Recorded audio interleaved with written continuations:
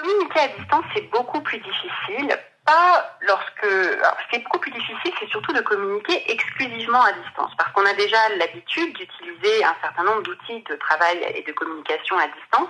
En revanche, on le fait en général en complément d'autres formes de communication, et en particulier de réunions où on se retrouve ensemble, de moments où on se voit en vrai, de rituels où on a des moments partagés, physiquement partagés, comme la machine à café.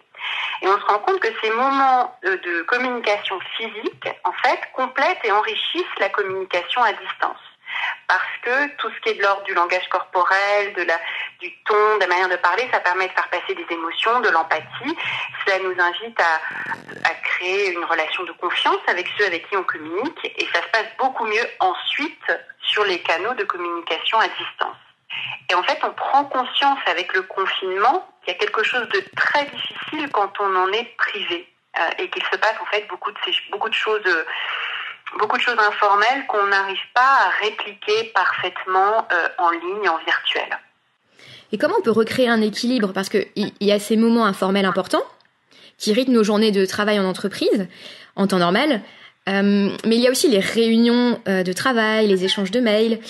Pourquoi est-il nécessaire d'avoir une réflexion sur le choix des canaux ? Alors en fait, il y a 5 canaux. Fondamentalement, il y a 5 natures de canaux dans la communication. Il y en a 3 qui sont des canaux écrits. Il y a le mail, bien sûr, qu'on a l'habitude d'utiliser depuis très longtemps, la messagerie instantanée sur tout un tas d'outils collaboratifs, et puis des forums où on peut discuter à plusieurs sur un sujet ou plusieurs. Il y a quatrième canal, c'est tout ce qui est audio et qui permet de téléphoner. Et puis le 5e, c'est tout ce qui est visioconférence et qui fait qu'avec la vidéo, on peut aussi faire passer des éléments de langage corporel. Et en général, quand on a la réflexion sur les canaux, on se dit de manière un petit peu rapide que tout ce qui permet d'avoir une communication un peu plus riche, donc avoir la voix en particulier, qui permet de faire passer des émotions, et l'image, qui permet de faire passer des éléments de langage corporel, eh bien c'est à privilégier parce que ça permet une communication plus riche. Et le problème de cette idée-là, ou de cette réflexion-là, c'est que très rapidement, on en vient à avoir uniquement des modes de communication synchrones, c'est-à-dire où on est ensemble sur le canal en train de communiquer sur le moment, qui nous prennent énormément de notre temps et nous aliènent beaucoup, nous empêchent d'avoir une bonne maîtrise de notre emploi du temps. Et c'est ce qui est en train de se passer dans beaucoup d'entreprises, beaucoup d'équipes. On a tendance à répliquer en ligne l'organisation des réunions en présentiel et on se retrouve un petit peu avec le pire des deux.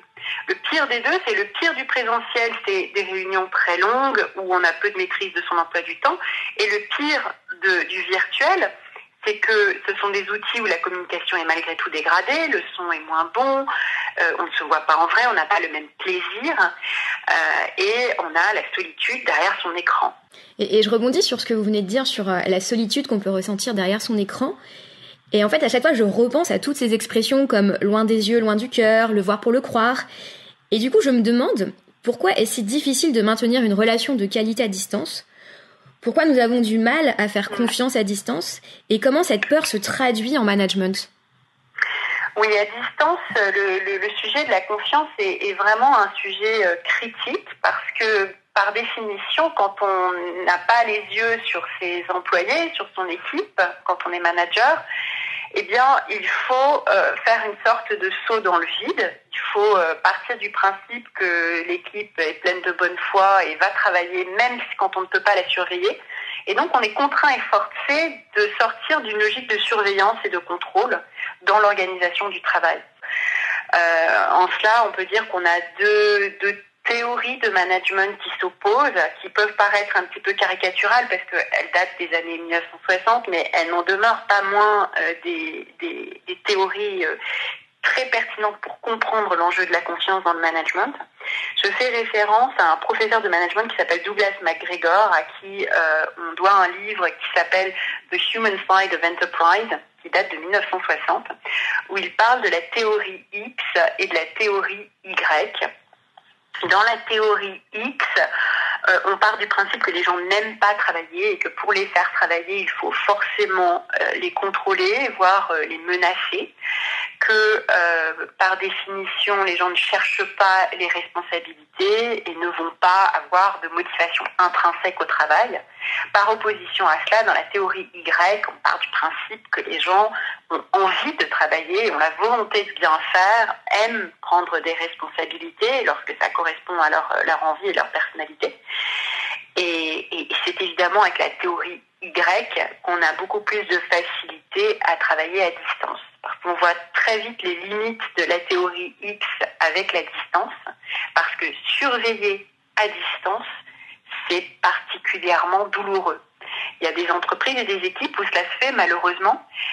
On sait que par exemple il existe des logiciels qui permettent de faire des captures des écrans des collaborateurs pour vérifier qu'ils sont bien en train de travailler.